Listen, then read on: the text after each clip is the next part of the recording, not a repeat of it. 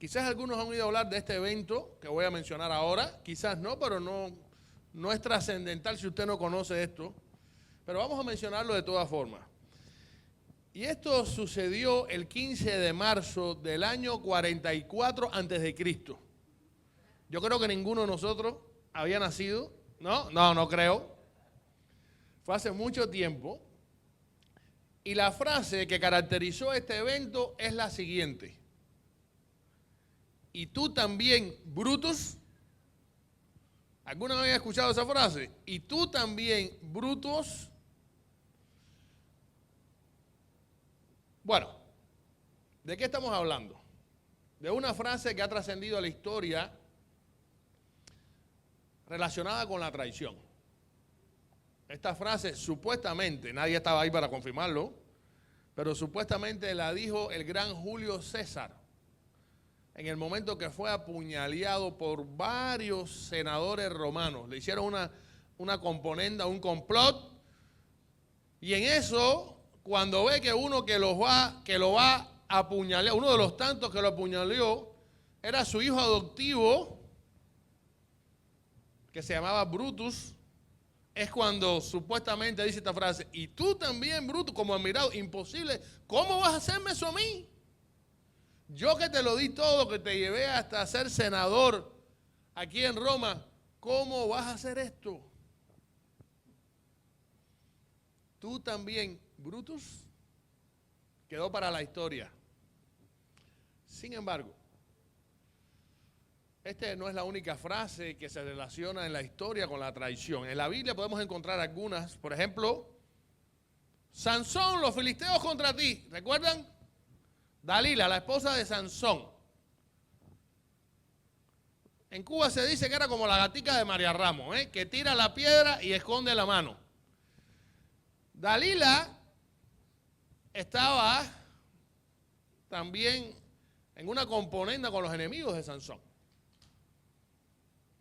Y rápidamente esta frase era la que utilizaba para cuando venían sus enemigos, supuestamente alertar a Sansón de que los enemigos venían. Al final todos sabemos la triste historia. Sansón se dejó seducir por ella y bueno, era su esposa, tanto le insistió, porque las mujeres son especialistas en esto de insistir. Llega un momento que ya tú tienes que decirle la verdad porque si no te vuelves loco. Y bueno, le dijo la verdad, mira, tú me pelas al rape y ahí pierdo mi fuerza. Y tanto fue el cántaro a la fuente hasta que se rompió. Tristemente, Sansón fue capturado por los filisteos y bueno, ya sabemos el final. Pero esta mujer también traicionó a su esposo. Otra frase clásica en la Biblia es esta. ¿Acaso soy yo guarda de mi hermano? Y la dijo Caín, ¿recuerdan? Después de haber asesinado a traición a su hermano Abel. Cuando Dios rápidamente lo confronta, él se hizo el desentendido. ¿Dónde está tu hermano Abel? Le dijo Dios. Y él respondió, oye, con sangre fría.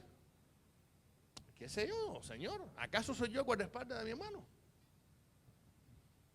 Una frase que estaba ocultando su traición. Una traición que estaba incluso, que llegó al asesinato de su propio hermano. Pero hay una frase insuperable, tristemente insuperable, que refleja como ninguna la traición del ser humano. Y es esta. Judas, con un beso entregas al Hijo del Hombre.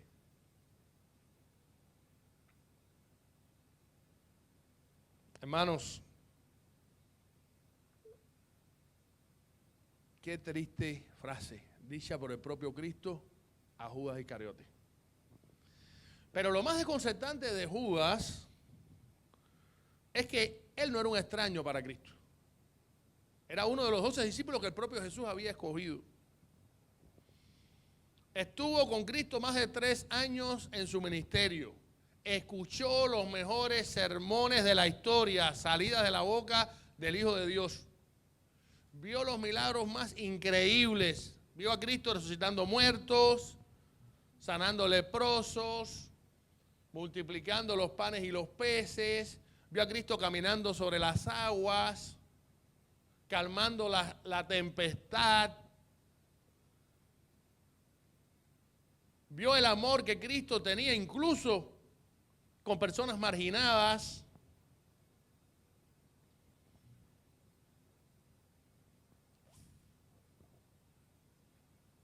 Y yo me pregunto, si alguien está cercano a Cristo, como uno de sus 12 discípulos, como Judas, lo traicionó, ¿será posible que hoy, 2000 años después, cualquiera de nosotros que nos decimos ser cercanos a Cristo también pudiéramos traicionarlo? Bien, hoy yo no pretendo juzgar a Judas por sus acciones, ni caer en asuntos teológicos respecto a su actitud. Simplemente yo quiero meditar en 3 errores que Judas cometió y que lo llevaron a su trágico final. Errores, por cierto, muy humanos y muy comunes que también nosotros pudiéramos cometer y que pudieran arruinar nuestras vidas si no somos capaces de atajarlos a tiempo. He titulado este sermón "Cómo traicionar a Cristo". Y vamos a orar. Dios mío, gracias porque tú eres bueno y para siempre es tu misericordia. Te pedimos ahora, oh Señor, que tú nos hables a través de tu palabra y que podamos ser receptivos a su voz, a tu voz. En el nombre de Jesús. Amén. Ubiquémonos en tiempo y en espacio. Después de haber llegado a un acuerdo con los líderes religiosos de los judíos para entregar a Cristo a cambio de 30 míseras monedas de plata, el precio que tenía un esclavo en aquella época, para que tengan una idea más o menos, Judas abandonó el local donde Cristo estaba celebrando la Pascua con sus discípulos y se fue. Sin embargo, aparece un rato después. ¿Dónde ahora? En el huerto de Getsemaní. Al frente de una turba de judíos que vino al encuentro de Cristo con palos y espadas para apresarlo. Ese era el plan. Y fue entonces, en ese preciso momento, en la oscuridad de la noche, en medio de tanto caos, que Judas se acerca a Cristo, lo besa, y Cristo entonces pronuncia estas palabras que dijimos ahorita. Judas, con un beso entregas al Hijo del Hombre. Esa era la señal para que los soldados vinieran y apresaran a Cristo. Y el resto es historia. Todos sabemos qué sucedió después. Tras horas de ser golpeado, de ser enjuiciado en varias instancias por los sumos sacerdotes Anás y Caifás, por el Sanedrín, que era el consejo judío, por Herodes, el rey títere de Roma, judío pero de Roma. Cristo fue condenado por Poncio Pilato, el gobernador romano, una mañana de viernes, y ahí fue crucificado. Y fue entonces, en este contexto, que sucedió lo que vamos a leer ahora, que fue parte de los versículos que el pastor leyó. Los invito a buscar en sus Biblias Mateo 27, versículos del 3 al 5. El pastor llegó hasta el 10 para terminar la historia. Hoy vamos a estar tocando nada más estos versículos. Mateo 27, del 3 al 5, y dice así. Entonces Judas, el que lo había entregado, viendo que Jesús había sido condenado, sintió remordimiento y devolvió las 30 monedas de plata a los principales sacerdotes y a los ancianos. He pecado entregando sangre inocente, dijo Judas. ¿Y a nosotros qué? Allá tú, dijeron ellos.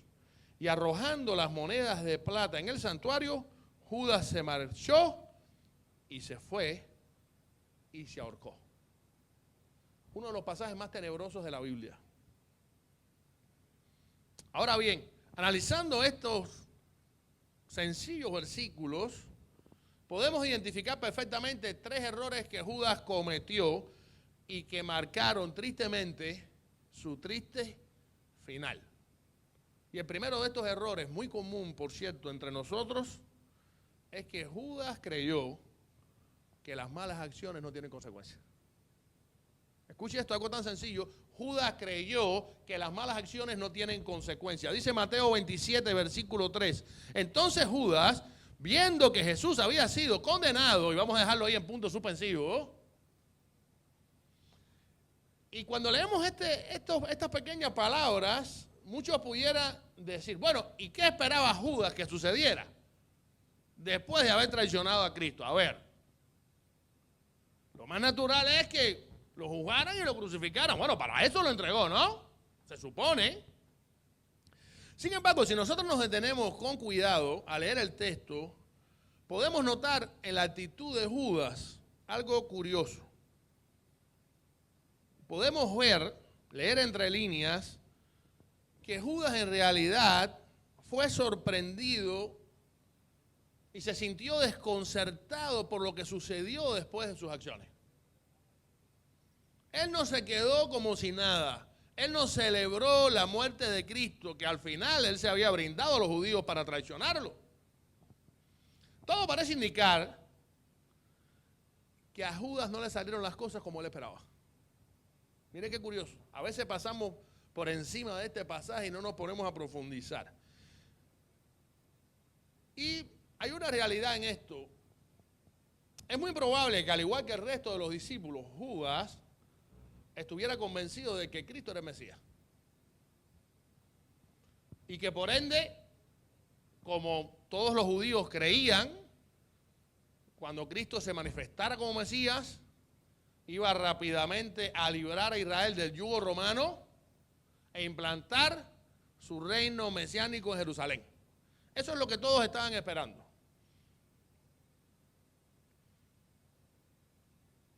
Si todo, como parece indicar, era así en la mente de Judas como en el resto de los judíos, porque déjeme decirle, en Cristo mucha gente creyó, no de la manera que debieron creer. Ellos esperaban, tenían falsas expectativas con Jesús. Y es increíble porque en la Biblia vemos cómo Cristo le explicaba a sus propios discípulos lo que iba a suceder y ni siquiera los discípulos entendían. Porque ellos tenían tan arraigados en su idiosincrasia el concepto de que el Mesías era invencible, no podía morir. De hecho, claro que es invencible. Pero para ellos no cabía la idea de que a Cristo lo pudieran matar. No, es imposible. Si en el Antiguo Testamento tenemos promesas de que el Mesías va a liderar el mundo, va a rescatarnos como nación, va a implantar un reino mesiánico desde Jerusalén, Cristo no puede morir. Sin embargo, se encuentra con una realidad. A Cristo lo atrapan, lo condenan, lo torturan, lo crucifican y le dan muerte. Incluso vieron cuando lo enterraron. Y todos entonces los que esperaban que Cristo se declarara como el Mesías y los liberara de Roma, que era en ese momento el amo de turno de los israelitas, se sintieron como decepcionados. Esto no es lo que esperábamos. Por supuesto, no habían entendido la verdadera misión del Mesías. Y sí, un día Cristo vendrá como Rey glorioso en su segunda venida, lo estamos esperando. Pero no entendieron que en ese momento Cristo venía a rescatarlo no de Roma, sino de pecado. Qué interesante, ¿eh? ¿Verdad que la gente sigue malinterpretando a Cristo? Todavía hoy, 2000 años después, la gente acude a Cristo nada más para que Cristo le resuelva su problema. Como una especie de genio de la lámpara. Cristo, dame esto, Cristo, dame lo otro. Si me das esto, te doy aquello. El ser humano sigue siendo el mismo. Indudablemente, Judas creía que sí, que Cristo era el Mesías, pero como Judas conocía muy bien a Cristo, él sabía que Cristo era todopoderoso, lo que Cristo había hecho y ya lo había presenciado. Él decía, bueno, aquí hay una coartada muy buena. Judas debió haber pensado, con Cristo no tengo problema al entregarlo, porque él tiene suficiente poder para hacer lo que quiera con los romanos. Si él quiere, de que se libera, se libera. Si yo lo vi resucitar muerto, y no cualquier muerto, un muerto como Lázaro que va 4 días enterrado, ya se estaba descomponiendo, ya tenía peste. No era un muerto reciente, ¿eh? Yo lo vi darle órdenes al viento y a la tormenta.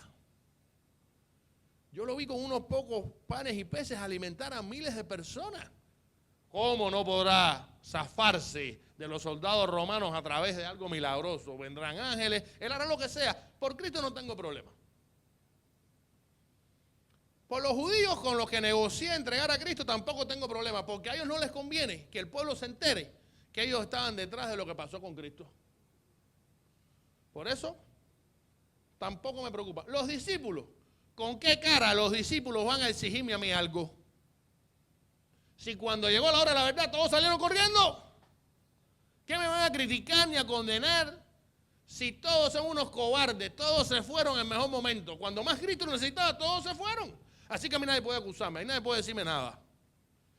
Que me vieron darle un beso a Cristo. Bueno, una muestra de amor. Al fin y al cabo, Él es mi maestro. ¿Qué van a saber ellos si cuando yo estaba dándole un beso, la mayoría de ellos ya estaba corriendo? Y ninguno se portó por todo aquello, cobardes que son. Así que los discípulos tampoco me preocupan. Y yo, por mi parte, me voy a embolsillar unas moneditas que no vienen mal. A cero costo se me ha dado el plan perfecto. Recuerden que Judas era bien astuto, era calculador, frío y ladrón. Era el tesorero del grupo, no por gusto. Dice la Biblia que a cada rato sustraía de la bolsa. Imagino que Cristo de vez en cuando decía, ¿cómo está el presupuesto para nuestro viaje a Galilea ahora? Óyeme, Señor, la cosa está mala. Va a tener que empezar a multiplicar en vez de panes y peces un poco de moneda porque esto es tan bajo aquí. Yo no sé, tendrá un hueco la bolsa. Es que yo creo que Juan compró demasiadas cosas la última vez y a Tomás lo vi ahí en una tiendecita de Jerusalén comiendo unos panes sin levadura, con miel. A mí me parece que él cogió la bolsa también, pero mire, Señor, en realidad él estaba robando. Judas era calculador, era inmoral. Y cuando unimos todo esto nos damos cuenta de que humanamente tenía un plan muy bien trazado. Sin embargo, más allá de que sus acciones estaban bajo el control de Dios, porque todo formaba parte de un plan divino, Judas cometió el error de creer que tenía todo bajo control. ¿Verdad que nosotros también cometemos ese error a cada rato? Todo bajo control. Y que sus acciones no traerían consecuencias. Y ahora, a la luz de las Escrituras y 2000 años después, podemos juzgarlo con una facilidad tremenda. Y esta es una de las mentiras más grandes que Satanás le ha vendido a la humanidad desde siempre, desde un principio. Incitarlo a pecar, que no habrá consecuencias. Y es obvio que este tipo de actitud no surge de la noche a la mañana, hermano, sino que es un resultado de todo un proceso de permisividad ante el pecado que por naturaleza mueve en nosotros. Comenzamos a jugar con el pecado, a permitir el pecado entrar cada vez más a nuestras vidas. Hoy un poquito, mañana otro, va avanzando poco a poco. Y cuando esto sucede, nuestro corazón se endurece, nos volvemos cada día más indolentes y nos alejamos poco a poco de Dios hasta que comenzamos a ver las nefastas consecuencias de nuestras acciones. El apóstol Santiago describe con mucha precisión este fenómeno de la siguiente manera. Santiago 1, versículos 14 y 15. La tentación viene de nuestros propios deseos, los cuales nos seducen y nos arrastran. Y de esos deseos nacen los actos pecaminosos y el pecado, cuando se deja crecer, da a luz la muerte. Hermano, esto está escrito. Esto está escrito. Y sin duda alguna debiera llamarnos la atención urgentemente a nosotros los que estamos aquí hoy, para nunca dejar crecer el pecado que hay en nosotros. No coqueteemos nunca con el pecado, porque el pecado es más fuerte que nosotros. De hecho, mora en nosotros. Tan siniestro es el pecado, trabaja de manera tan miserable en nuestra vida, que el propio David, en uno de sus salmos, le pide al Señor que perdonara aún sus pecados que le son ocultos. Es algo innato en nosotros. Desde que el hombre pecó, el pecado mora en el ser humano. Nuestra naturaleza cayó, esa inocencia se terminó, y ahora por naturaleza en nuestro ADN espiritual mora el pecado. Y es nuestro amo hasta que entregamos nuestra vida a Cristo. Y entonces hacemos un switch. Cuando entregamos nuestra vida a Cristo, entonces Él es el Señor de nuestra vida. Y no es pecado. Pero aún así, tenemos que lidiar con el pecado constantemente. Fíjense, todas aquellas personas que han jugado con el pecado al final han salido dañados. David lo permitió y terminó adulterando con Betsabé y asesinando a Urías Eteo. Saúl dejó que sus pecados fueran creciendo hasta que fue desechado por Dios. Perdió el temor de Dios por completo, aun cuando fue elegido por el propio Dios para ser el gran rey. Y tenía todas las condiciones habidas y por haber. Ananías y Zafira, una pareja de la iglesia primitiva, ellos mintieron al Espíritu Santo descaradamente y terminaron ajusticiados, terminaron muertos, fulminados.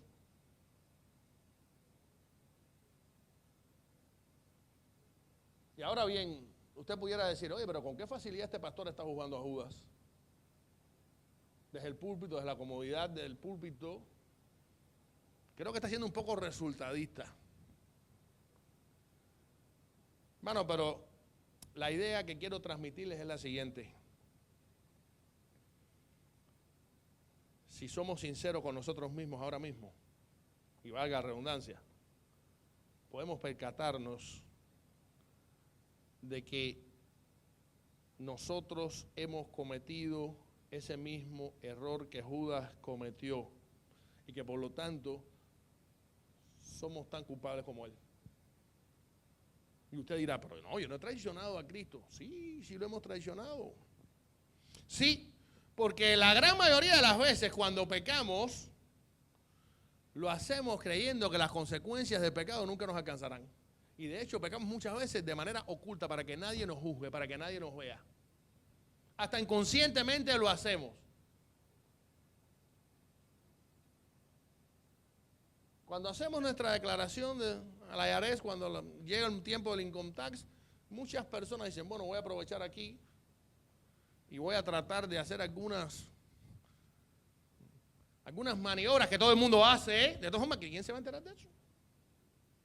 ¿Quién va a saber si esto que voy a declarar yo, en realidad yo me lo comí o lo gasté? Yo lo pongo. Además, a mí el contador mío es buenísimo. No voy a tener problema. Además, yo conozco a 2 pastores que hacen lo mismo. Así que yo, que soy un simple mortal, yo que soy un miembro de la iglesia, eso no va a tener problema. Cuando decimos alguna mentira, para evitar, entre comillas, problemas, el problema viene después cuando se descubre la mentira, ¿no? Nos justificamos a nosotros mismos y decimos, esto es una mentirijilla piadosa para evitar un problema mayor. Lo cierto es que siempre intentamos justificar nuestra desobediencia, nuestros pecados.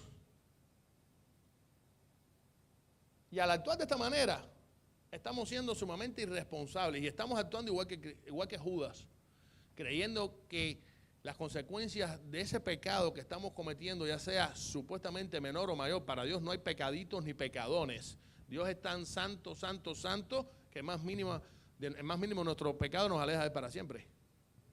Es algo que tenemos que tener bien claro. Pero cuando actuamos así, estamos obviando una verdad que la Biblia nos refleja. Y la encontramos en Gálatas 6:7. Dice así la palabra de Dios, no se engañen. Dios no puede ser burlado. Todo lo que el hombre siembre, eso también cosechará. Si usted siembra pecado, cosechará las consecuencias de su pecado. Lo cierto es que Judas pensó que su pecado pasaría desapercibido. Su plan perfecto estaba ya maquinado con tiempo y dijo, todo estará bien. Pero de pronto se dio cuenta que era imposible y que su plan había fracasado. El pecado lo llevó más lejos de lo que él quería ir y le costó mucho más caro de lo que él pensaba que le costaría. Y así siempre es el pecado. Y quiero decir algo, hermanos, y presten mucha atención, jóvenes que están aquí sobre todo, aunque bueno, el pecado no entiende de edades, pero jóvenes que están comenzando. El pecado tiene una característica indudablemente seductora. Porque si el pecado no sedujera a nadie, nadie cometería el pecado. El pecado siempre te va a proponer una dosis determinada de placer momentáneo. Ese es el gancho. Desde el Edén sucedió. Cuando Satanás tentó a Adán y Eva, la fruta era apetitosa. Pero además le dijo, muchachos, coman, porque esto va a traerle ventaja a ustedes. Mira, es más, Dios lo que quiere es que ustedes no coman, porque el día que coman van a ser igual que Él. No sean bobos. Y eso fue atrayendo la atención de Adán y Eva hasta que pecaron y después llegó la muerte. Y así es el pecado. ¿A cuántos aquí les gusta pescar? Levanten la mano. Oye, hay pocos pescadores aquí. Bueno, mira, este campeón pescador. ¿Han visto el anzuelo? ¿Saben lo que es el anzuelo? El anzuelo tiene un diseño sencillito pero muy efectivo. Tiene como un pinchito atrás así que cuando entra, después que vas a sacar, no sale. Es para que cuando el pescado muerde el anzuelo, no pueda irse. Una trampa mortal. Y ahí está el gusanito del pecado tentando al pescadito. Y ¡ay, qué rico voy a comer! Y no sabe que le va a costar la vida. Y así es el pecado con nosotros. Nos seduce, luce muy atractivo, te promete muchas cosas. Y Satanás hace eso con el ser humano. Le promete vías y castillas y después te hace sentir el hombre más miserable del mundo. Y eso sucedió con Judas. Hermanos, a modo de conclusión en este primer punto, evitemos coquetear con el pecado. Y tengamos bien claro que no tenemos absolutamente nada, por muy sencillo que luzca, bajo nuestro control. Y que Satanás está al acecho constantemente como león rugiente buscando a quien devorar. Satanás nunca juega a ser Satanás. Nosotros a veces jugamos a ser cristianos, pero él jamás juega a ser Satanás. Leí una frase en un libro de Charles Stanley hace algunos años y nunca se me ha olvidado. Satanás es 100% maligno. Nunca hará nada para ayudarte en algo. No es 99.9% maligno, es 100% maligno. Sus días están contados y él quiere llevarse a todo el que pueda al infierno. Ese es su mísero trabajo desde el principio y para eso utiliza cualquier recurso. Él no tiene escrúpulos, es padre de mentiras, es asesino, es destructor. Hará lo que sea para que tú y yo nos alejemos de Dios. Por lo tanto, no cometamos este primer error que Judas cometió, de creer que todo estaba bajo control y que las malas acciones no tienen consecuencias. Primer error de Judas. Segundo error. Judas cometió el segundo error de creer que podía resarcir su pecado sin experimentar un verdadero arrepentimiento. Escuche lo que dice Mateo 27, la segunda parte del versículo 3 y el versículo 4. Y Judas sintió remordimiento y devolvió las 30 monedas de plata a los principales sacerdotes y a los ancianos. He pecado entregando sangre inocente, dijo Judas. ¿Y a nosotros qué? Allá tú, dijeron ellos. Cuando Judas se percató que su pecado lo alcanzó y que su plan no había funcionado, tristemente continuó actuando de manera errónea, de manera lamentable. Siguió en picada su vida espiritual. Y cuando nosotros leemos este pasaje, tal pareciera que de pronto Judas se arrepintió realmente de lo que había hecho. Arrepentido regresó. ¡Wow! Y de alguna manera pudiera ser así. Pero cuando continuamos leyendo, nos damos cuenta de la verdadera esencia, la verdadera naturaleza de ese arrepentimiento, entre comillas, que él sintió. Y es que un arrepentimiento genuino implica un cambio posterior de pensamiento y de vida. ¿Usted quiere saber si de verdad usted se ha arrepentido de algo? Usted va a desechar lo que hizo mal y rápidamente sus pensamientos y sus acciones van a ir en contra de lo que usted hizo. Van a dar un giro por completo. Van a darle la espalda al pecado que usted cometió. Y usted se volverá a Dios arrepentido. Y sus hechos así lo van a demostrar. Pero cuando leemos el pasaje nos damos cuenta de que eso no fue lo que Judas experimentó. Judas en realidad lo que experimentó fue remordimiento por lo que había hecho. Su conciencia no lo dejaba dormir porque había traicionado al Mesías, a su maestro, aquel que a pesar de conocer lo oscuro que era su corazón, lo trató como a todos los demás. Cristo jamás trató a Judas de manera marginal, aún sabiendo que lo iba a entregar. ¿Se dan cuenta quién es Cristo? ¿Se dan cuenta qué ejemplo para nosotros? Si alguien pudo varias veces salirse de Judas en cualquier momento o acusarlo delante de sus discípulos o desenmascararlo en el momento indicado, hubiera sido Cristo, que lo sabe todo, pero no lo hizo, porque era parte del plan, porque además Cristo amaba hasta a sus enemigos y tenía misericordia de todos, incluso de aquel que lo iba a entregar. Bueno, pero sobre todas las cosas Judas sintió remordimiento porque él sabía, como nadie, que Cristo era inocente. Él sabía que todo este artistaje que se armó alrededor de Cristo, todo este drama, toda esta mentira, él había sido parte de esta orquestación, de este complot, y eso no lo dejaba tranquilo. Ahora los pensamientos lo acusaban constantemente a tal punto que la situación se le hizo insoportable. Y una vez más, actuó desacertadamente, por su cuenta. En ningún momento Judas retornó y pidió perdón a Dios. No, siguió actuando por su cuenta, tratando de apaciguar los gritos de su conciencia. Y hizo dos cosas que nos demuestran esto. Primeramente, devolvió las 30 monedas de plata a los sumos sacerdotes y a los ancianos. Pensó que con eso iba a solucionar ese sentimiento de culpa que tenía. Pero se dio cuenta que no era suficiente. El dinero que había cobrado con mucho gusto ahora le quemaba la mano. Ahora era su peor enemigo. Pero aquello no cambió su malestar. Entonces confesó su pecado.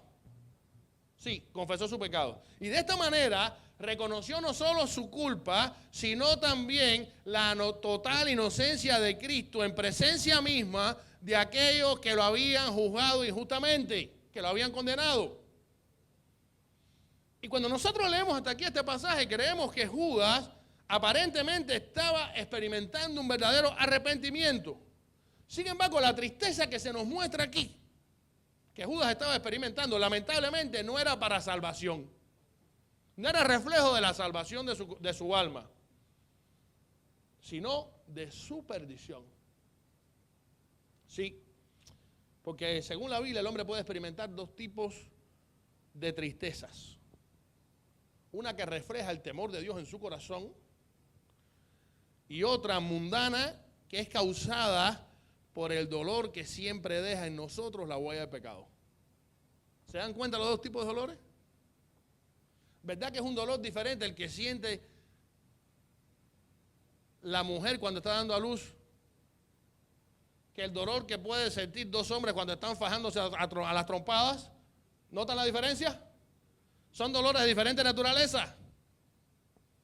Pues bien, dice 2 Corintios 7:10, porque la tristeza que es conforme a la voluntad de Dios produce un arrepentimiento que conduce a la salvación sin dejar pesar, pero la tristeza del mundo produce muerte.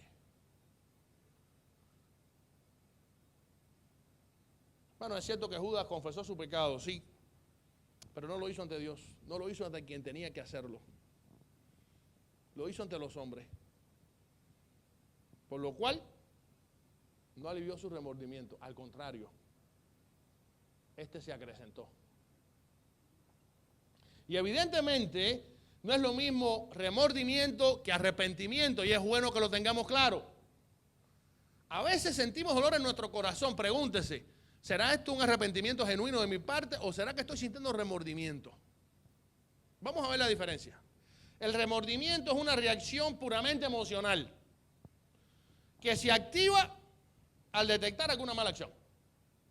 La reacción instantánea, caramba, esto está mal. Pero el arrepentimiento Es un acto sincero y genuino que no se queda estancado en el dolor, en la tristeza ni en la pasividad. El arrepentimiento implica acción.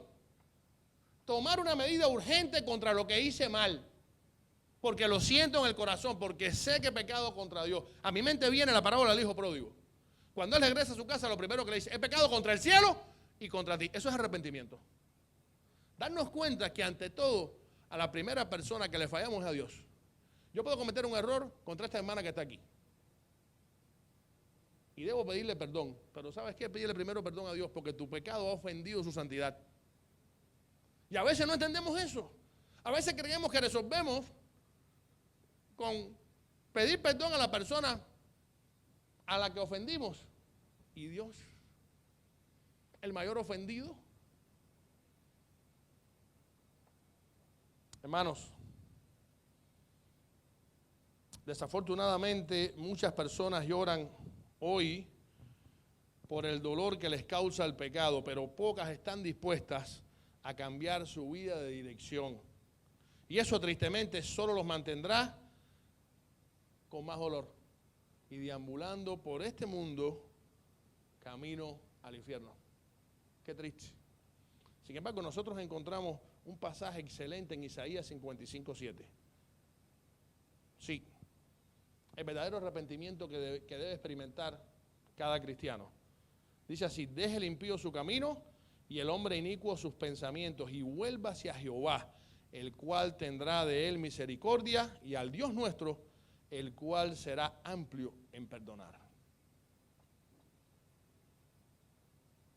Hermano, es imposible liberarnos de la culpa del pecado sin arrepentirnos de ello y si no nos volvemos a Dios. Si no hacemos eso cuando pecamos, seguiremos cargando más culpa. El dolor se acrecentará y nuestra vida irá de mal en peor.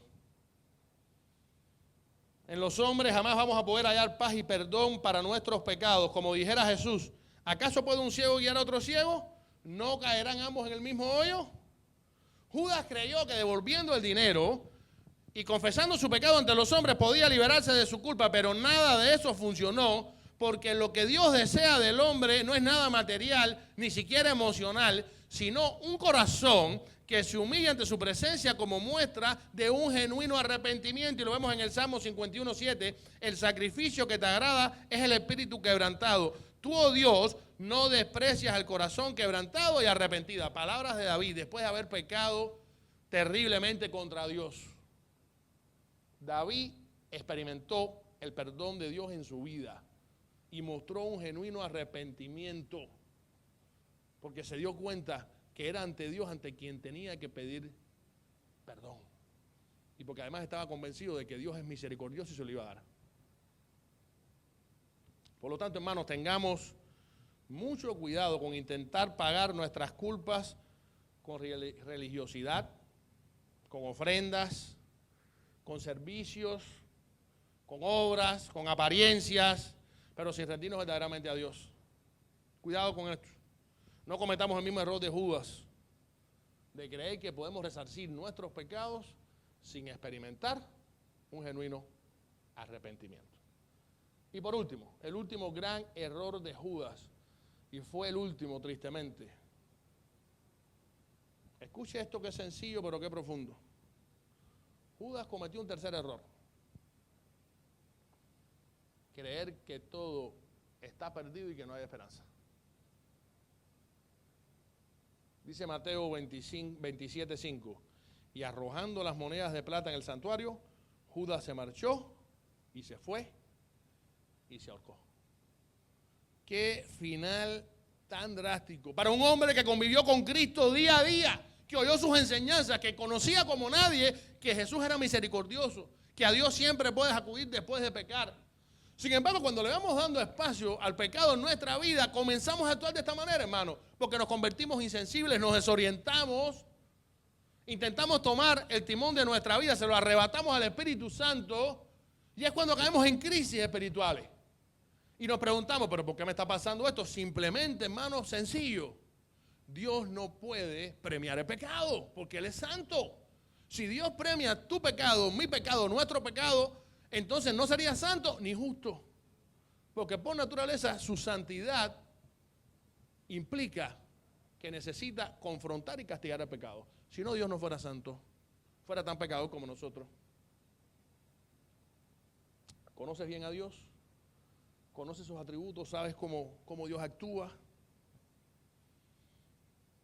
Yo imagino a Judas ya en ese momento de desesperación final, cuando vio que su plan se fue abajo cada vez más.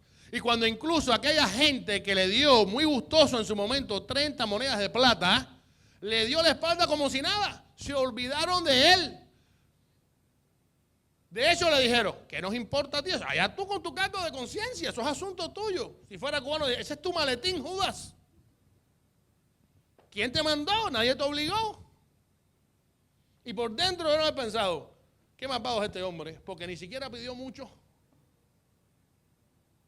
Óyeme, cuando Judas todas esas ideas empezó a agruparlas y empezó a darse cuenta de todo, cayó más y más bajo, tocó el fondo de su vida espiritual. El gran error y último de Judas, creer que todo estaba perdido y que no había solución para su pecado. Hermanos, Judas estaba cosechando lo que había cultivado durante toda su vida. Las consecuencias de su pecado. Y vuelvo a repetir, es increíble cómo alguien tan allegado a Cristo haya podido caer tan bajo. A veces hay noticias tan lamentables en las redes sociales de un pastor que adulteró con alguien. ¿Cómo? Pero si este pastor tenía un cargo en la convención, predicaba con una unción tremenda, con una bella familia. Y para colmo, con la mujer que traicionó era más fea que la mujer de ellos. Yo no entiendo, pero este hombre, ¿dónde estaba? Pero este hombre, ¿en qué mundo vive? Pero, oye, ¿cómo pudo caer tan bajo? Hermano, eso es muy sencillo. Porque tú y yo, al igual que Judas, somos pecadores. Y cada vez que pecamos, traicionamos a Cristo. Cada pecado es una traición a Dios. Es desobediencia a Él. Cada vez que pecamos, le estamos diciendo a Dios, mi voluntad es más importante que la tuya. Yo puedo solo. Mi plan es mejor que el tuyo. Ese es el pecado, desobedecer a Dios. Hermanos, Judas murió sin esperanza, pero no porque no lo hubiera, sino porque no la buscó en Jesús. ¿Se da cuenta?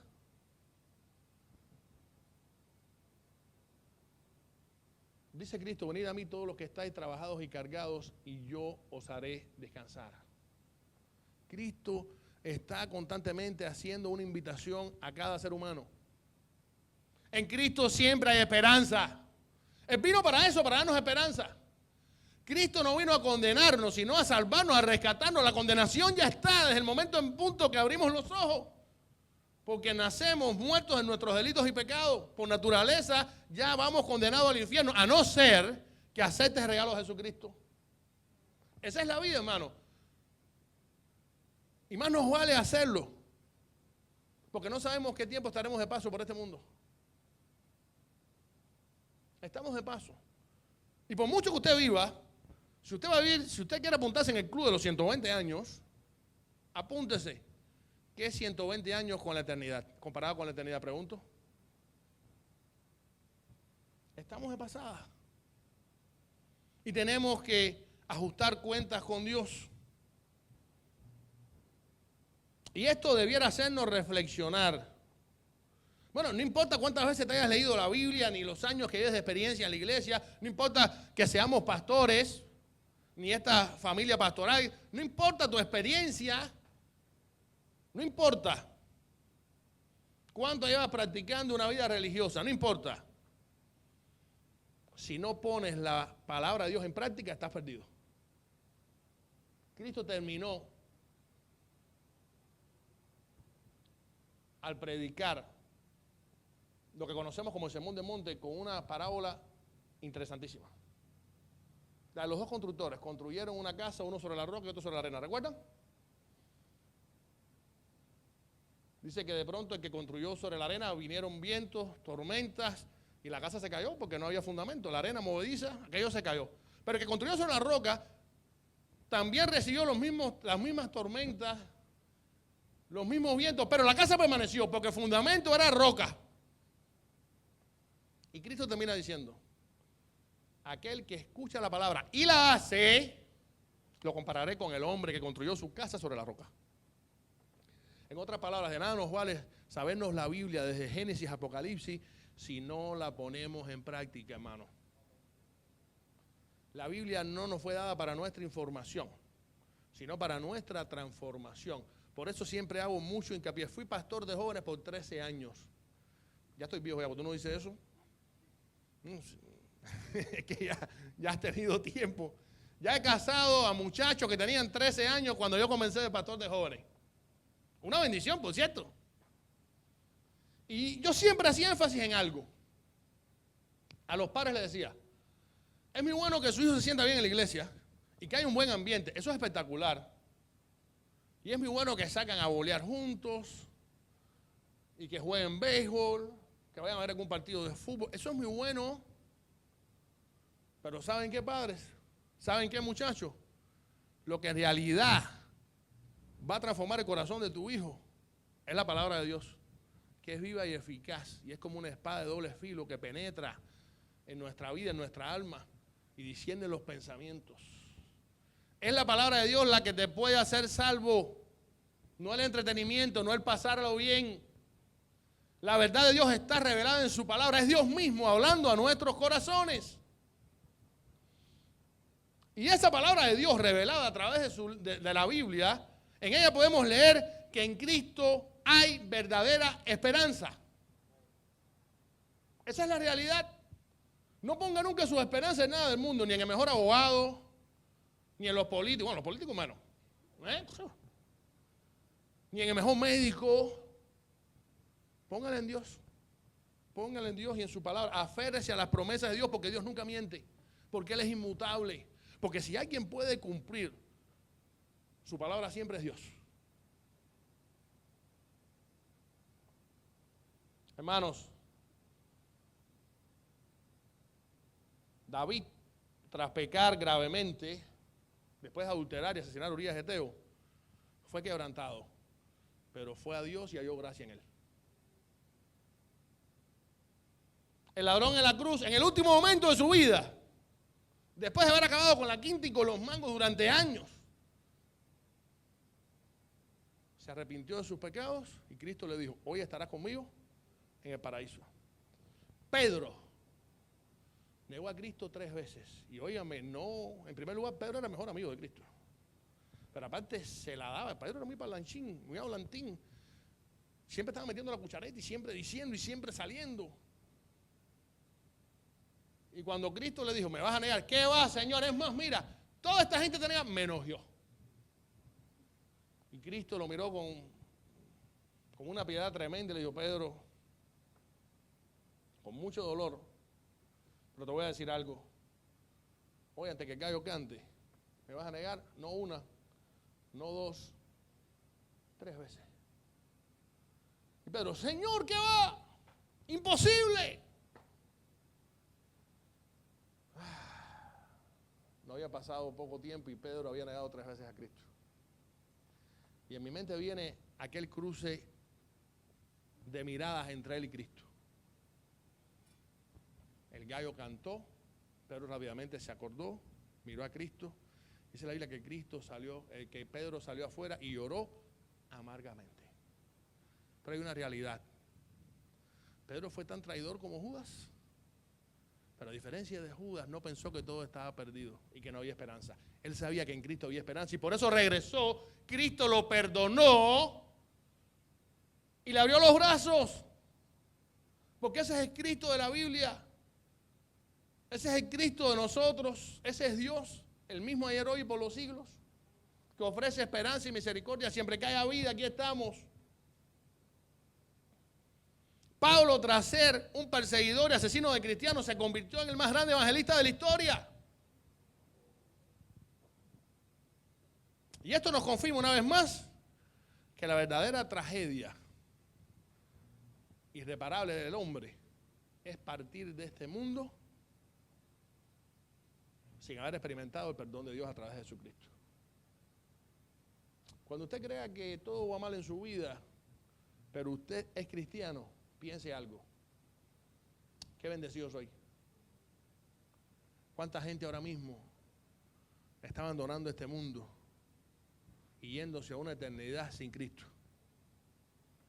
Y yo pasando una prueba momentánea, sabiendo que me espera una eternidad con Cristo, sin dolor, con cuerpos glorificados, sin muerte, sin maldad, sin pecado. Bueno, ¿usted se imagina eso? Por mucho que queramos imaginarnos, es imposible.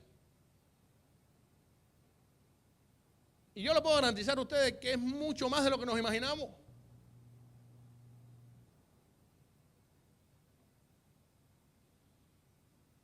Y concluyo haciendo esta breve reflexión. Bueno, piense y analice algo. ¿Para qué está la historia tan triste de Judas en la Biblia? ¿De adorno? ¿Para llenar un espacio más en los evangelios y completar el plan de escritura evangelística? No, Dios no trabaja así.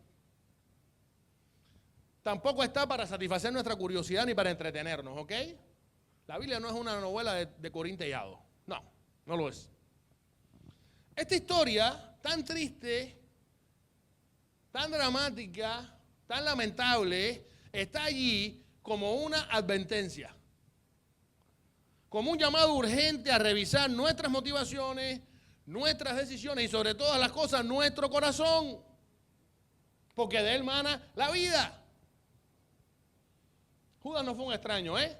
Él era uno de los 12, caminó con Cristo, fue testigo de su poder, escuchó sus enseñanzas y sin embargo lo traicionó.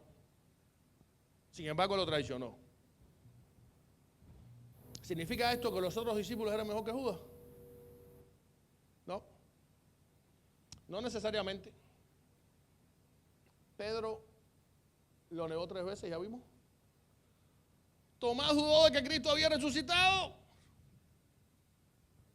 Todos huyeron miserablemente a la hora cero. Se comportaron como unos cobardes. Pero a diferencia de Judas, todos regresaron a los pies de Cristo arrepentidos. Mientras que Judas, en vez de hacer lo mismo, decidió actuar por su cuenta, lo cual lo llevó a cometer estos 3 errores que lo llevaron a la muerte. Hoy, por lo tanto, hemos podido constatar que en efecto, al igual que Judas, nosotros también podemos traicionar a Cristo, en primer lugar, cuando creemos que las malas acciones que cometemos no tendrán consecuencias. Nosotros podemos traicionar a Cristo también, o traicionamos a Cristo, cuando creemos que podemos resarcir nuestros pecados sin experimentar un verdadero arrepentimiento. Y por último, traicionamos a Cristo cuando creemos que ya no hay esperanza y todo está perdido. Sí, es cierto que cada vez que pecamos traicionamos a Cristo. Pero eso no implica que estamos condenados a repetir los mismos errores, hermano. Ni los mismos errores que Judas cometió. No creamos en la mentira de que ya es demasiado tarde para acudir arrepentidos ante Dios. Escuchemos al Espíritu Santo. Acudamos siempre a Cristo. Y en lugar de traicionarlo, rindámonos a Él por completo. Es algo sencillo. Es el Dios que se revela desde el principio del Antiguo Testamento hasta hoy. Un Dios de misericordia. Un Dios rico en perdonar. Que envió a su Hijo Jesucristo a morir por nosotros precisamente para otorgarnos el perdón que necesitamos. Y que nosotros no podemos conseguir a través de los hombres. Ni a través de nuestras propias acciones. Por lo tanto, yo quisiera que ahora la iglesia ore y quiero hacer un pequeño llamamiento. Un llamamiento. Primero, aquellos que aún no han aceptado a Cristo. No conozco a la mayoría de ustedes, pero el mensaje es el mismo. Los seres humanos somos pecadores y todos, absolutamente todos, necesitamos el perdón de Dios.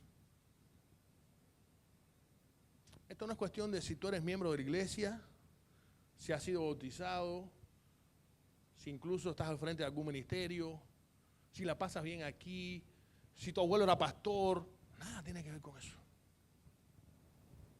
Todos somos pecadores, dice la Biblia.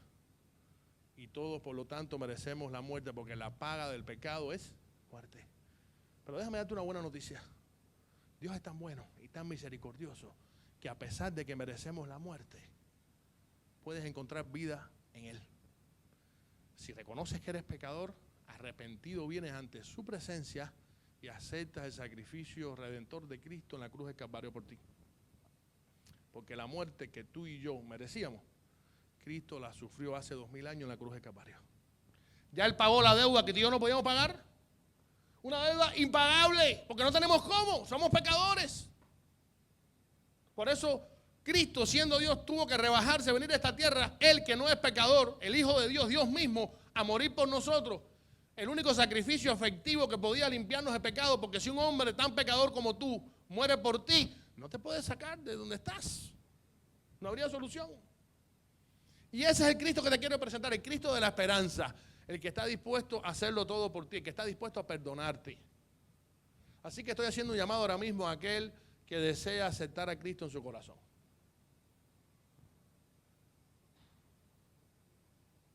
No voy a pedir que levantes tu mano. Ahí a solas con Dios. Pídele perdón. Reconoce tu pecado. Acepta a Cristo como Señor de tu vida. Y créeme que Él te estará esperando con los brazos abiertos. Amigo, amiga que estás aquí, no hay otra solución para tu vida. Tu gran problema no es el dinero que no te alcanza. Tu gran problema no es esa enfermedad que te aqueja. Tu gran problema no es que estás lejos de tu familia. Tu gran problema no es esa relación fracturada con tus hijos, con tu esposo, tu esposa. Eso es un problema. Tu gran problema es el pecado. Porque todo lo que experimentamos aquí se va a quedar. Y nada nos podremos llevar. Pero el pecado tiene connotaciones eternas. Y Cristo hoy te está llamando ahí. Tú sabes quién eres. Él te conoce mejor. Y te dice, aquí estoy, hijo mío, hija mía. Entrégate sin temor. Yo estuve dispuesto a morir por ti. Acéptame. Así que te estoy invitando, hermano, hermana que estás aquí, amigo que estás aquí, a que aceptes a Cristo si no lo has hecho. Será la mejor decisión de tu vida, la más trascendental. Cristo te puede dar lo que nadie puede hacer. Cristo te puede ofrecer lo que nadie puede ofrecerte. Vida eterna. Quiero hacer un segundo llamado a los ya cristianos. Un llamado a no descuidar tu vida. Porque Satanás está cerca al acecho, como león rugiente. Esa frase león rugiente aplica cuando los leones tienen mucha hambre y son capaces de incluso tratar de cazar presas que casi nunca cazan porque están en estado de emergencia. Así está Satanás rugiendo, buscando a quien devorar. Y aunque él sabe que ya perdió la guerra con nosotros, porque ya los cristianos ya somos salvos, ya hemos sido sellados con el Espíritu Santo, tenemos la vida eterna garantizada, él sí quiere que nos alejemos de Dios, que dudemos de Él. Él quiere vencernos en algunas batallas aisladas. Y lo intentará. Y tenemos que estar fuertes. Por lo tanto, afinquémonos en el Señor. Apelemos a las promesas de Dios que son para nosotros, no son para la gente del mundo. Las promesas de Dios en la Biblia son para nosotros, sus hijos. Lo tenemos todo, hermano, para seguir adelante. Y recuerda algo. Con Cristo siempre hay esperanza. No te dejes engañar por Satanás. Por muy grande que sea tu pecado, tu fallo, tu decepción, Jesucristo es el mismo ayer, hoy y por los siglos. Y sigue con sus brazos abiertos, esperando que regreses a Él. Nunca cometamos el error de querer arreglar nuestros problemas por nuestras propias cuentas, porque no podremos jamás. Quiera Dios que esta triste historia de Judas nos sirva como un aliciente a no cometer sus errores y a reconocer que aunque somos pecadores, en Cristo siempre hallaremos el perdón que necesitamos.